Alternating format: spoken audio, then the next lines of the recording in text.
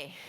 Our final speaker, gosh, I'm tongue-tied today, is one of the leading voices in youth sports, and he has released his acclaimed book, Game On: The American Race to Make Champions of Our Children. He's an Emmy Award-winning journalist for ESPN, founder and executive director of Aspen Institute's Project Play initiative as a part of their Sport and Society program. League Apps and proud partner of Project Play in 2024, has been involved since its inception. Tom is here because he also recognizes the capabilities of the people in this room, and he is very eager for your perspective and your partnership. Tom Farrey, welcome to the stage. I feel so close to you right now. It's a force field. All right, thank you, Danielle. It's so great to see everybody here. This has turned into an incredible conference. Congratulations to Jeremy and Brian and the whole League Apps team for pulling this thing together. It's really terrific. The energy out in that room, y'all are solving problems, you're making friends, you're gonna, the best stuff's gonna happen after you leave this conference. We know that from the Project Play Summit. It's always energizing for us when we put that thing together. So congratulations, it's just terrific to see all the progress being made. Question for you, how many, and I really want you to participate here, how many of you want to serve more kids and serve them better and to make more money? Raise your hands. Okay, all right, so let's talk about how we can do that at a systems level. If I can figure this out. There we go. Okay, so dang it, my first time doing this. So Project Play at the Aspen Institute, we've been out for 10 years. The focus is on building healthy children and communities through sports. And there is an infographic we put before our stakeholders from the 8 sectors that touch the lives of children over the past 10 years. It really captures the value proposition for why kids should play sports, right? Kids who play are much less likely to be obese. They're more likely to stay in school. They're more likely to go to college. They are less likely to suffer from a range of chronic diseases, including 13 types of cancer. They're more likely to become active adults, and because they're active adults, they're more likely to have active kids, right? They're just role models. So there's this incredibly virtuous cycle that can be unleashed if we can simply get kids off the couch without running them into the ground when they're young, right? And everybody gets this kind of intuitively. But here's the reality. The federal government, starting in 2016, 2017, finally began capturing data on sport participation. We really didn't have any non-industry data to work off until this point. Our partners, the CDC and other folks, advocated, and now we have it. It's a really rich data set. And it simply asked parents, did your child play on a sports team or take lessons on the weekend or after school? And in 2016, 2017, what we learned is only 58% of kids are playing sports, organized sports in some form or another. 2 years later, they ran the same survey again. It fell down to 56%. The pandemic hits. And in the middle of the pandemic, it fell all the way down to 51%. This is not good.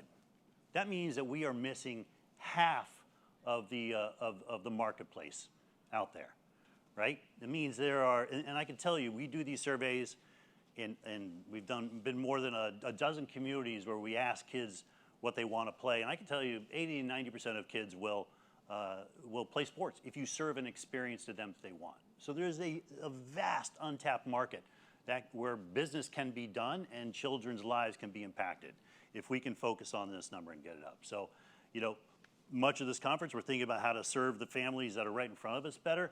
What I'm here to tell you is there is a huge number of kids and families who are not being served, and there are real market opportunities there. Now, how to reverse this trend? Well, we've talked about 3 different things over the first 10 years of Project Play.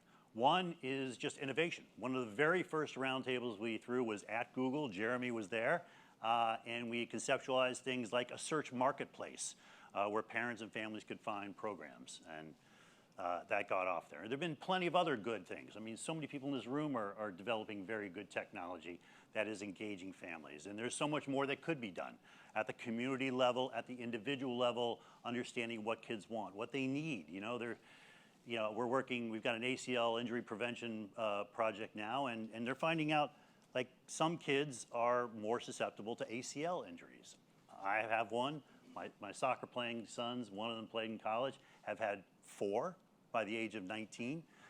I need to get tested to figure out if I actually have that gene that is more predictive of, like, this is information that kids should know and families should know before they sign up their kids in sports. Not to keep them out of a sport, but if you know you're at a higher risk, then maybe you do the type of neuromuscular training that's going to limit the types of injuries that they could have. There's enormous amount we could do with technology and is being done. I think that has been unleashed.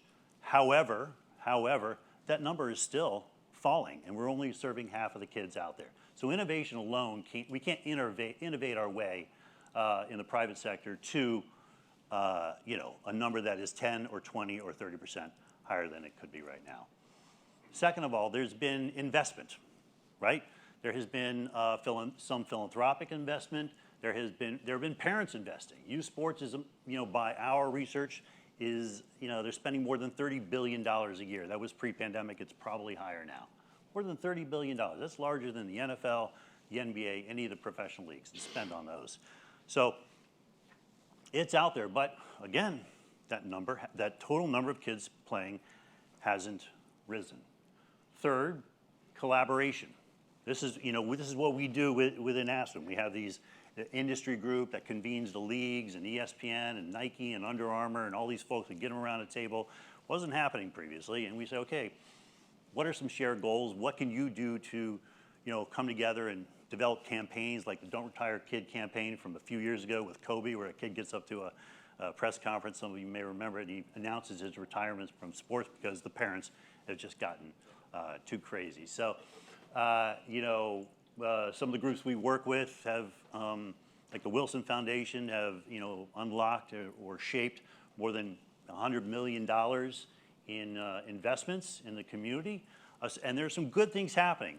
We are seeing the percentage of kids from the lowest income homes playing more. You'll see our National State of Play report, our annual report will be out 2 weeks from now, and that's a little preview of the data. That's good. The gap between girls are playing more, so the gap is shrinking between boys and girls. But again, the number is still at 51%.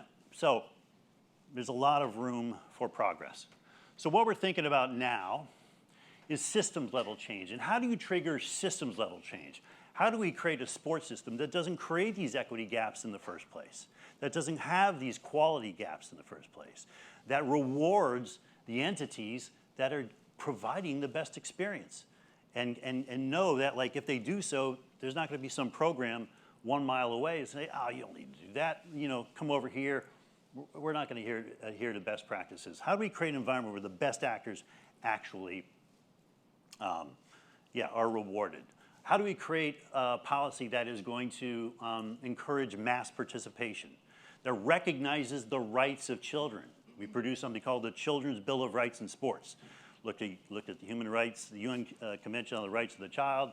We looked at what Norway has done. We looked at what New Zealand, other countries have done to use rights as a way to build a better sports system. One that policy that unlocks government resources, that balances competing interests and grows the marketplace. And the reason I've come to believe in the value of policy, and policy is tough and governance is tough, is because what has created more participation opportunities than any other factor over the past 100 years? It's Title IX.